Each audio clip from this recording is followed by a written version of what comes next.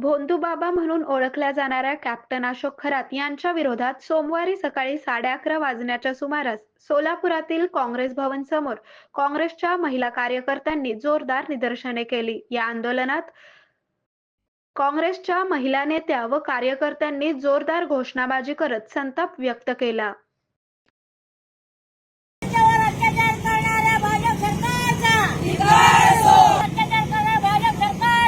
वतीने या ठिकाणी खरातांचा निषेध करतोय पहिल्यांदा.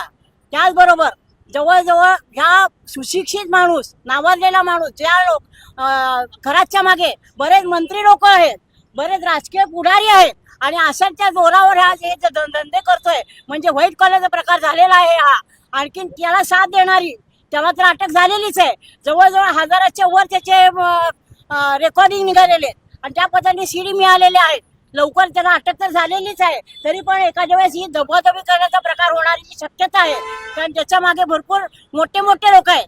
त्याच्याशिवाय जी महिला आयोगाच्या ठिकाणी जी अध्यक्ष म्हणून बसलेली महिला आहे चाकणकर, हिने पहिल्यांदा तिला अटक करण्याची गरज आहे. कारण एक महिला दुसऱ्या महिलांच्यावर अत्याचार होते, एवढ्या पद्धतीने अत्याचार होत आहेत, तर तिने आवाज उठवायला पाहिजे. तिला कंट्रोल करण्यासाठी म्हणून, महिलांना न्याय देण्यासाठी म्हणून त्या पदावर बसवलेलो आहे आणि तीच महिला यांना साथ देते.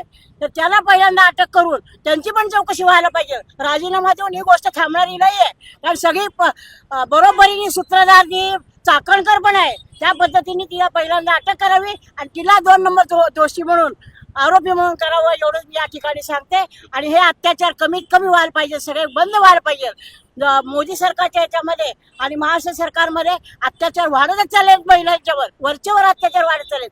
आणि आता इतके दिवस मंत्री संत्री होते, लॉजमध्ये बोलावून अत्याचार करत होते, आता हे तर अगदी बोर्ड लावून, ज्योतिषाचा बोर्ड लावून अशा पद्धतीने अत्याचार व्हायला लागलेले आहेत.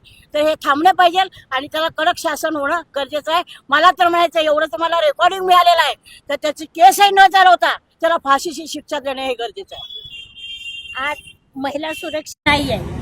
जसं भाजप सरकार आलेलं आहे तसं ह्या महिला सुरक्षित नाही आहेत.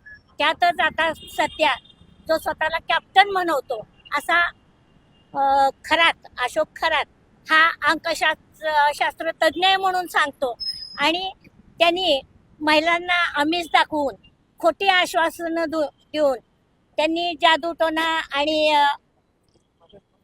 भोंदूबाबा आहे आणि त्यांनी जादूटोणाचे प्रकार करून महिलांवर, म्हणजे महिलांना संमोहित करून त्यांच्यावर अत्याचार केलेले आहेत.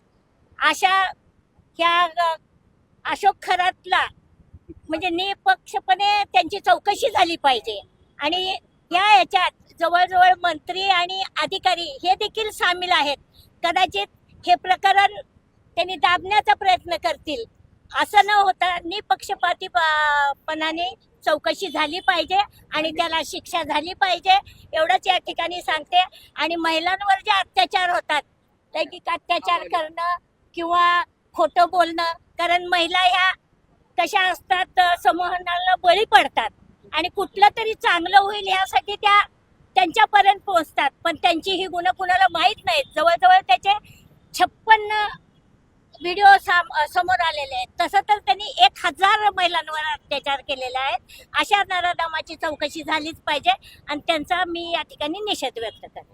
आरोग्य म्हणजे केवळ औषध नाही, तर निसर्गाच्या योग्य उपचारांनी मिळणारी खरी आरामदायक अनुभूती. सोलापूरमध्ये निसर्गोपचाराचं विश्वासाचं नाव लिमये निसर्गोपचार केंद्र. इथे उपलब्ध आहेत विना औषध उपचार पद्धती, ॲक्युप्रेशर, ॲक्युपंक्चर, कपिंग आणि मसाज थेरपी.